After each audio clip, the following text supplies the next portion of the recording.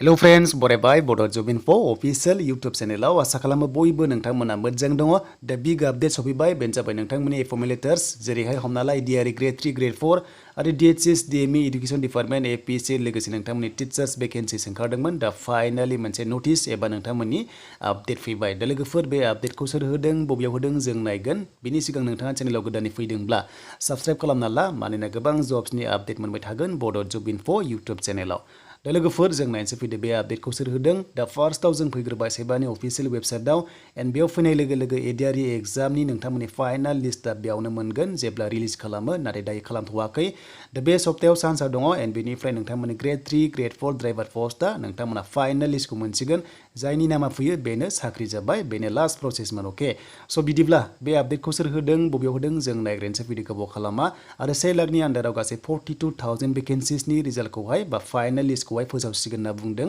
आरो बेखौ सोर बुंदों जों बेखौ फारि फारि नायजोबगोन स' बिदिब्ला जों थांसै फैदो आपडेटखौ नायनोसै दा चिफ मिनिस्टारा टुइटार पेजआव अफिसियेल आपडेट खालामबाय बेनो जाबाय नोंथांमोननि 42,000 भेकेन्सिसनि एफएमएल लेटारखौहाय एनाउन्स खालामसिगोन थाबैनो आरो लोगोसे बेयाव गुबुन गुबुन डिपार्टमेन्ट्स थागोन ADRE गैया गोबां थागोन हेल्थ थागोन बेनिफ्राय एडुकेशन बेनिफ्राय गुबुन गुबुन डिपार्टमेन्ट्सआ थागोन ग्रेड 3 ग्रेड 4 पस्टआव अके स' नोंथांमोना थाबैनो मोनसिगोन आसा खालामो नोंथांमोननि लिस्टआ थाबैनो फैथों आरो नोंथांमोना साख्रि मोनसिगोन दा बेनिफ्राय बेयाव थागोन आसाम पुलिसबो थागोन बा गोबां डिपार्टमेन्ट्स दंखायो होनना बुंदों जेला स' 42,000 भेकेन्सिस नोंथांमोननि रिजाल्टआ थाबैनो मोनग्रोसिगोन आरो बेनो जाबाय फाइनालिस्ट स' बेनिफ्राय नेक्स्ट पेजआव बा नेक्स्ट लेभेलाव स' नोंथांमोना गुबुन गुबुन मोनबावगोन बे 1 लाखनि आन्दाराव जास्ट 42,000खौल' दायो एफएमएल लेटारखौहाय होग्रोसिगोन स' बेखायनो नेक्स्टआव Assam police Assam excise constable फरेस्टनि नोंथांमोना मोनबावगोन जेराव गोबां पस्ट दंबावो आरो नोंथांमोना एप्लाइ खालामनो मोनबाय थागोन दा जायखिजाया गुबुन गुबुन डिपार्टमेन्ट्सनि फाइनाल रिजाल्टआ नोंथांमोना मोनसिगोन ग्रेड 3 ग्रेड 4 हिसाबै स' बेनिमोन लोगोफोर लेटेस्ट आपडेट नोंथांमोना हानायसेबां लाइक कमेन्ट शेयार